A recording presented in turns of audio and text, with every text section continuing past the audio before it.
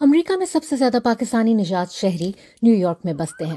یہ بروکلن کی کونی آئلینڈ ایونیو ہے۔ دکانوں کے انگریزی اردو سائن بورڈز، شلوار قمیض میں ملبوس اردو اور پنجابی میں باتیں کرتے شہریوں کو دیکھ کر ایسا گمان ہوتا ہے کہ شاید آپ پاکستان ہی کے کسی علاقے میں گھوم رہے ہیں۔ نیو یارک شہر میں پاکستانیوں کی اکثریت اسی علاقے میں رہتی ہے جسے لٹل پاکستان کے نام سے جانا جاتا ہے۔ کئی دہائیوں سے یہاں بسے مقامی لوگ بتاتے ہیں کہ 9/11 کے حملوں کے بعد یہ پر رونق علاقہ سنسان ہو گیا تھا۔ 9/11 کے بعد یہاں بسی پاکستانی کمیونٹی نے بہت سخت وقت دیکھا۔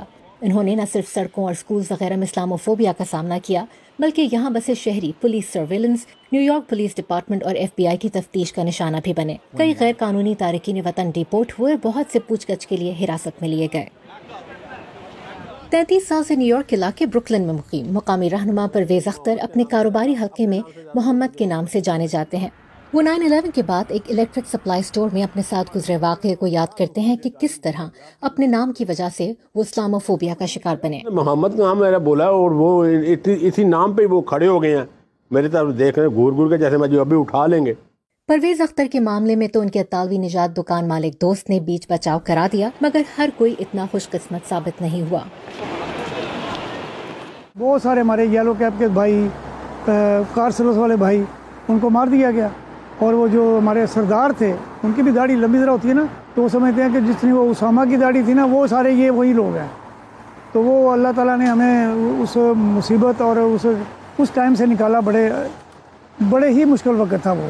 ہم یہی سوچتے تھے کہ آج پتہ نہیں کیا ہونے والا ہے۔ یہ ایک ایسا وقت تھا جب مشکلات سے دوچار پاکستانی کمیونٹی کو کوئی راہ سوچ رہی تھی، نہ ہی کوئی رہنمائی حاصل تھی۔ اس خلا کو پر کرنے کے لیے مقامی کمیونٹی سے ہی کچھ ایسے افراد آگے بڑھے جو ماضی میں قانون کا کوئی تجربہ نہ ہونے کے باوجود اپنوں کی مدد کرنا چاہتے تھے۔ محمد رضوی 11 سال کی عمر سے اپنے والد کے گروسری سٹور پر ان کا ہاتھ پٹاتے رہے تھے۔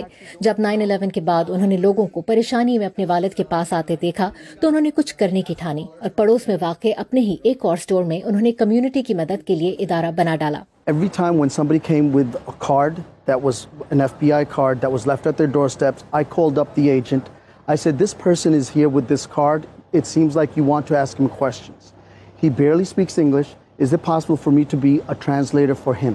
کیونکہ کسی ایک غلط لفظ کا استعمال بھی انہیں قانون کی جکڑ میں لا سکتا تھا، محمد ان کی ڈھال بن گئے۔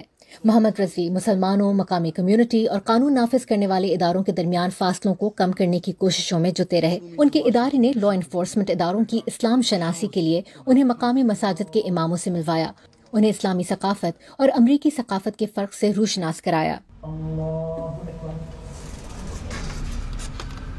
یہ محمد اور ان جیسے دوسرے مسلم کمیونٹی رہنماؤں کی کوششوں کا ہی نتیجہ ہے کہ آج ان کے مطابق نیو یارک پولیس ڈپارٹمنٹ میں 2000 اور FBI میں 200 سے زائد مسلمان افسران بھرتی ہیں۔